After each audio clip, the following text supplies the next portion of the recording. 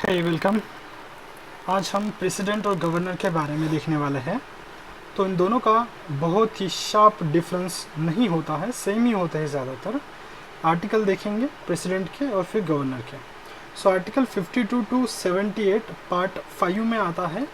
Part 5 में आता है प्रेसिडेंट। और गवर्नर की जब बात करते हैं तो आर्टिकल 153 टू 167 ये पार्ट 6 में आता है। सिंपल, ये पार्ट 5 में, ये पार्ट 6 में, राइट। 123 के हिसाब से ऑर्डिनेंस मेकिंग पावर है प्रेसिडेंट की, और गवर्नर की ऑर्डिनेंस मेकिंग पावर है 213 के आर्टिकल के हिसाब से, दैट इज रूल नंबर 89। अब यूनियन एग्जीक्यूटिव कौन कौन है देखो, प्रेसिडेंट है, वाइस प्रेसिडेंट है, प्राइम मिनिस्टर है, काउंसिल ऑफ मिनिस्टर्स है, and attorney general of India. Attorney general of India है, ओके। कौन है ये union executive? President, vice president, prime minister, council of ministers and attorney general of India. Governor की जब बात करते हैं तो यहाँ पे स्टेट में अगर देखा जाए तो स्टेट एग्जीक्यूटिव्स कौन कौन से हैं? एक गवर्नर है, एक चीफ मिनिस्टर है, एक काउंसिल ऑफ मिनिस्टर्स है, और एक attorney general of the states है, नॉट इंडिया, ओके। सामने बढ़ते हैं।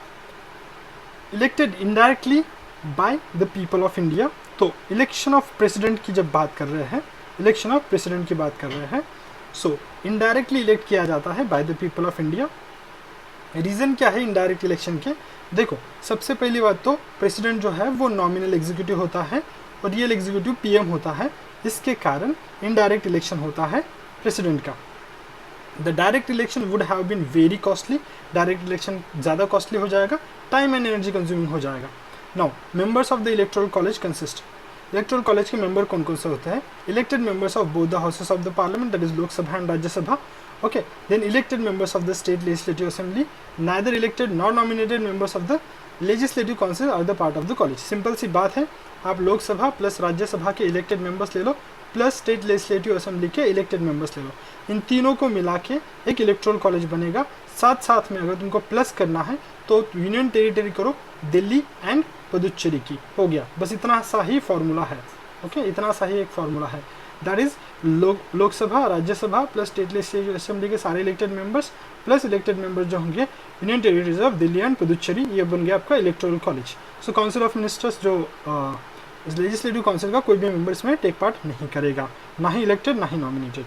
The present system where the members of electoral college are from the union and the state both, so it makes the president and representative of the union and the states equally. So present system में अगर देखा जाए, जहाँ पे where the members of electoral college are from the union and states both, so it makes the president and a representative of the union and states equally। Simple सी बात है।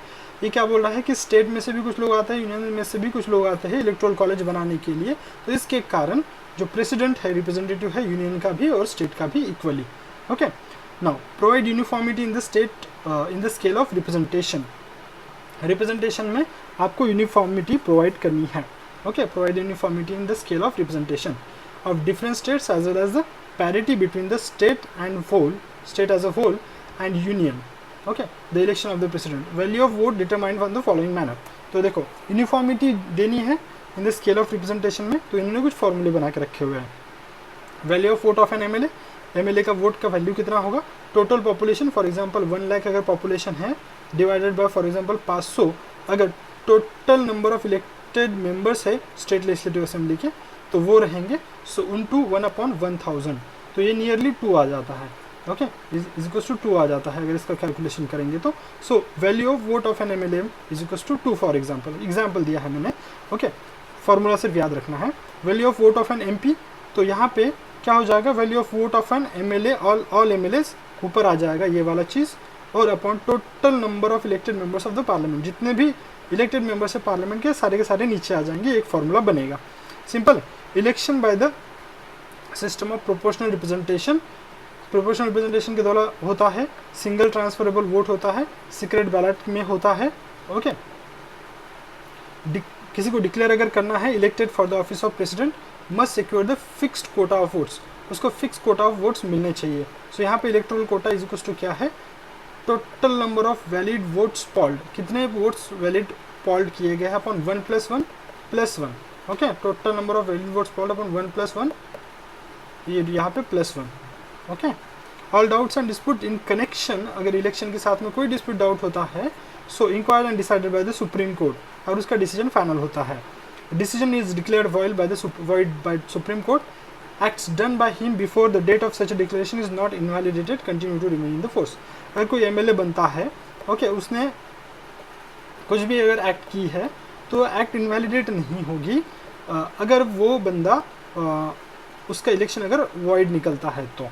Okay, points to remember, nominated members जो है वो participate नहीं करते हैं election में, बट इम्पीचमेंट प्रोसीजर में ज़रूर पार्टिसिपेट करते हैं। अगर असेंबली डिसॉल्व हो जाती है, members is to qualified to vote. Okay, तो मतलब मेंबर जो है वो वोट नहीं कर पाएंगे अगर असेंबली डिसॉल्व हो जाती है तो। So the election of person as a president can not be challenge in the ground of electoral college was incomplete. अगर इलेक्टोरल कॉलेज आपका इनकम्प्लीट है तो उसके हिसाब से इलेक्शन जो मतलब उसके हिसाब से उस ग्राउंड को चैलेंज नहीं किया जा सकता। ओके, ये सब चीज़ें हैं।